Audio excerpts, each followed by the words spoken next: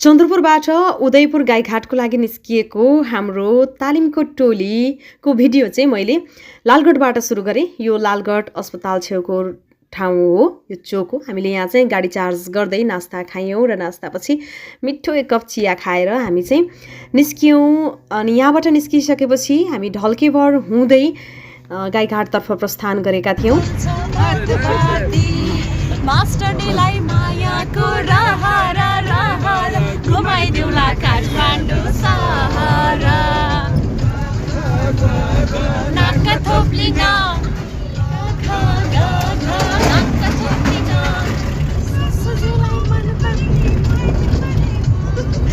सुजुलाई मन पर्ने परिपरिमा के खान्छन् तुलसी के खान्छन् राम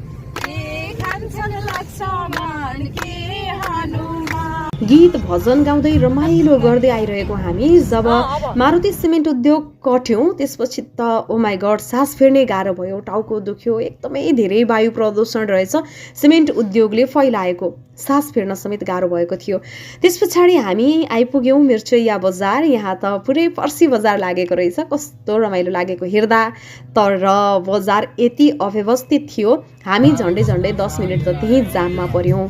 त्यस पछाडि अगाडि पुग्यौँ हामी गोलबजार आइपुगेका थियौँ। गोलबजारको माहौल पनि उस्तै थियो। जबसम्म हामी मधेसमा रह्यौँ, मधेस प्रदेशभरि मधेसको भाइब चाहिँ कहीँ पनि छुटेको थिएन।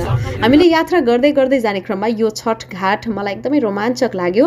ठुलो एरियामा फैलिएको यो छठ घाटको सज्जा चाहिँ एकदम राम्रोसँग गरिएको रहेछ। अब सिराहा र सप्तरी बीचको यो पुल हामी पार गर्दैछौँ। यो खोलाको नाम चाहिँ बलङ खोला रहेछ। बलङ खोलाको यो पुल पार गरिसके पछाडि हामी अलिकति अगाडि जहाँबाट हामीले टर्निङ लिनु थियो त्यहाँ आएर हामी नास्ता खान थाल्यौँ। पदमहा ठाउँ रे है, त्यो हाइवे हामी आएको थियौँ। त्यो बाटो सिधै उता गयो भने सप्तरी छिर्छौँ। हामी चाहिँ यो बलाङ खोला कट्ने बित्तिकै यताबाट हामी कता लाग्यो, त यो पश्चिमतिर लाग्यो, गाईघाट उदयपुर गाईघाटको लागि हामी अब पश्चिमतिर लाग्दैछौँ। सो गाइज थकाइ लागेको छ,